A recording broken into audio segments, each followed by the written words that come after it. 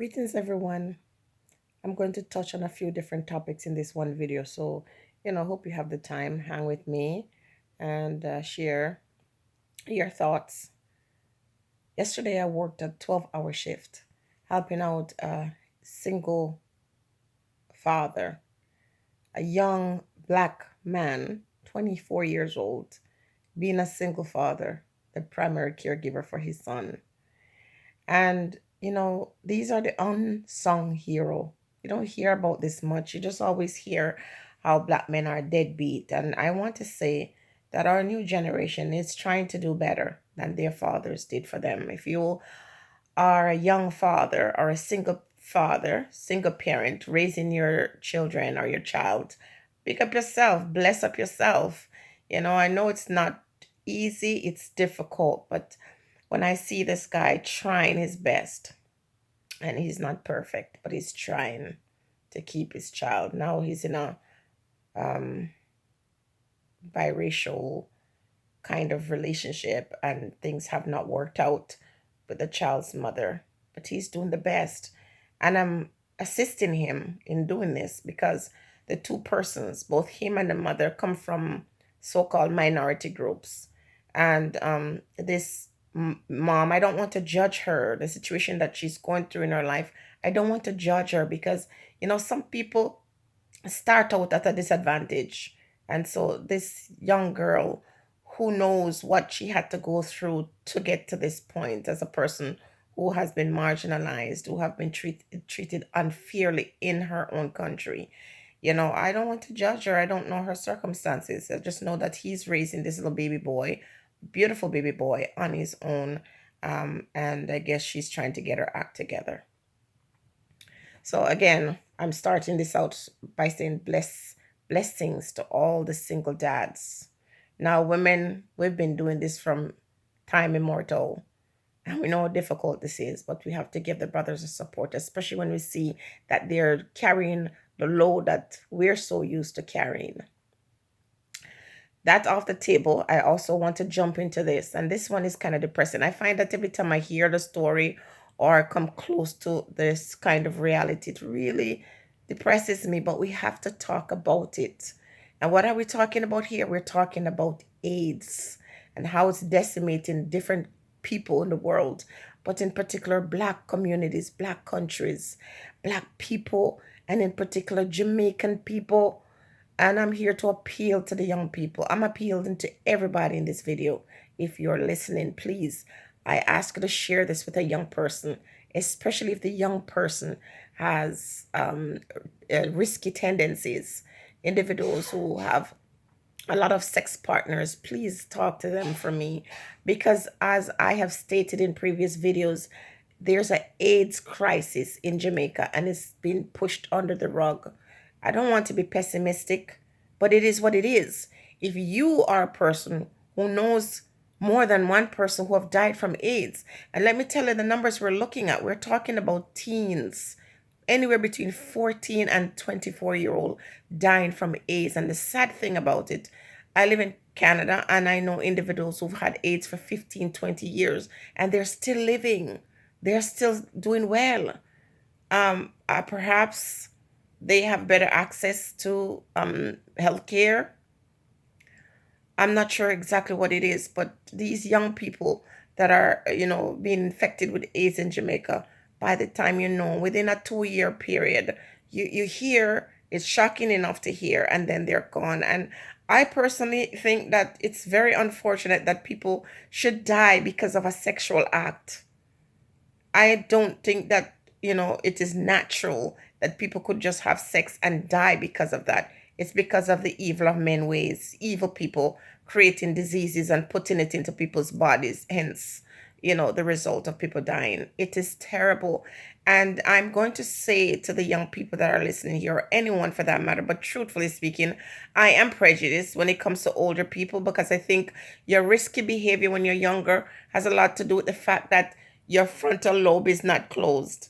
As male, you see these young men doing these things, making these risky moves, And it's because they have not matured enough. Their brain is still not developed. So as older people, we have to encourage them.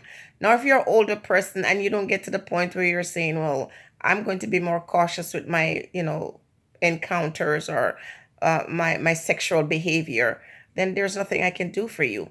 But the young people who are oftentimes affected by AIDS because of poverty. And I say, what does poverty has to do with that? People, young girls and young boys alike, sometimes venture out into these relationships with people because these individuals can give them, money. It's like an exchange, sex for goods or sex for money. When you're not in a desperate situation, it's very easy to judge somebody to say, well, you know what, if you're selling your body, you deserve what you're getting. But sometimes it's not seen as that to the young person, it's seen as a fair exchange.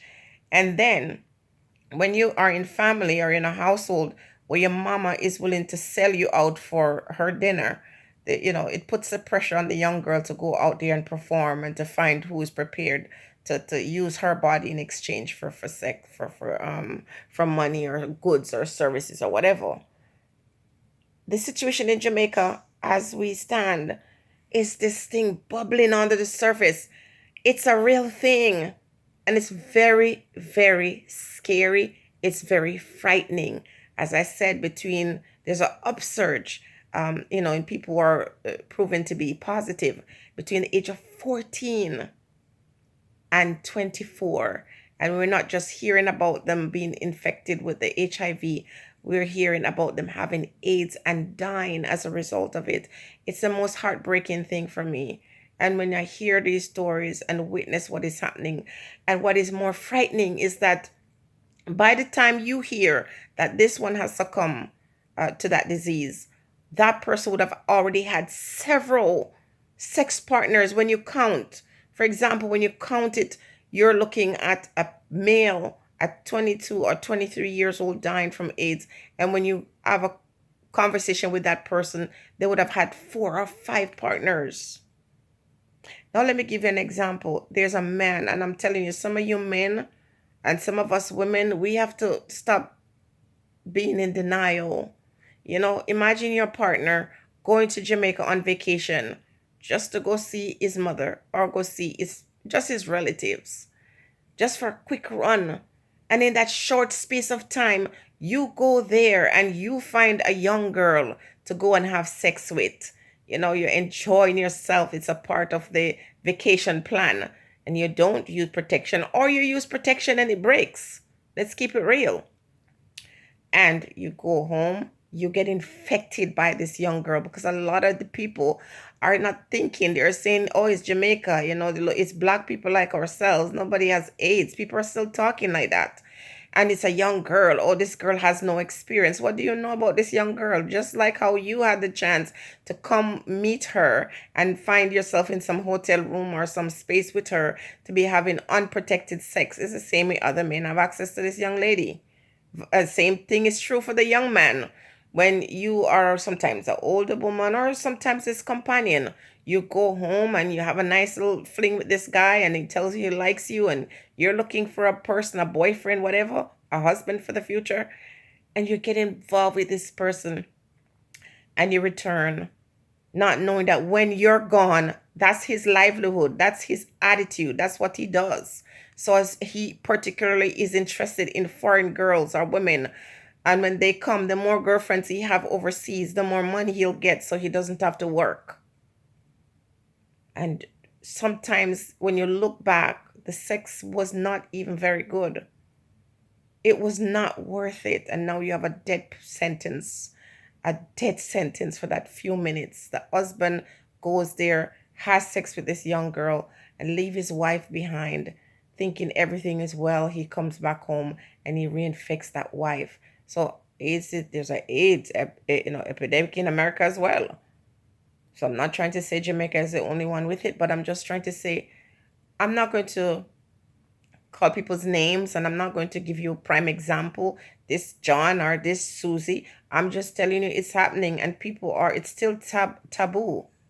It's still something that's hidden. People would rather say they died from cancer than say they died or their family member died from AIDS. And this is what you have to be careful about. and folks will know that their loved ones have it, and they're not going to advertise it to you. And so, there's more opportunity for people to become infected. It is very scary. And I just want to reiterate it that people, if you think the AIDS crisis is over, it's not. It's There's going to come a time when it's out of hand. And again, when you come from a society where individuals have this kind of lewd or loose way about thinking about sex and the whole idea of gallus, mana gallus mentality, people brag about that, and they're proud. You see in so-called intelligent people, you see very wealthy people who are not behaving any different from the ones that are uneducated or lack experience or opportunity.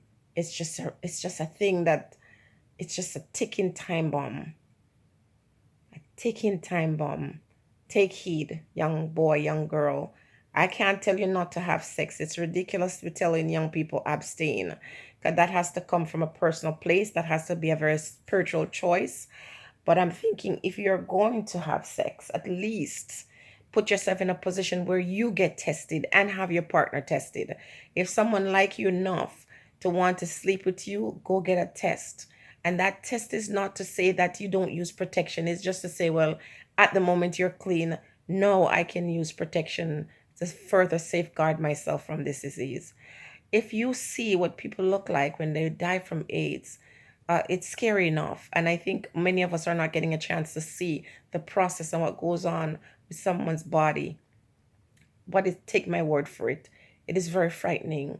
And if you're 24 years old, if you're 18, you're 14 years old, you have not lived any life yet. And if you can avoid it at all cost. I'm appealing to the young person. I'm not trying to frighten you, but you should be frightened.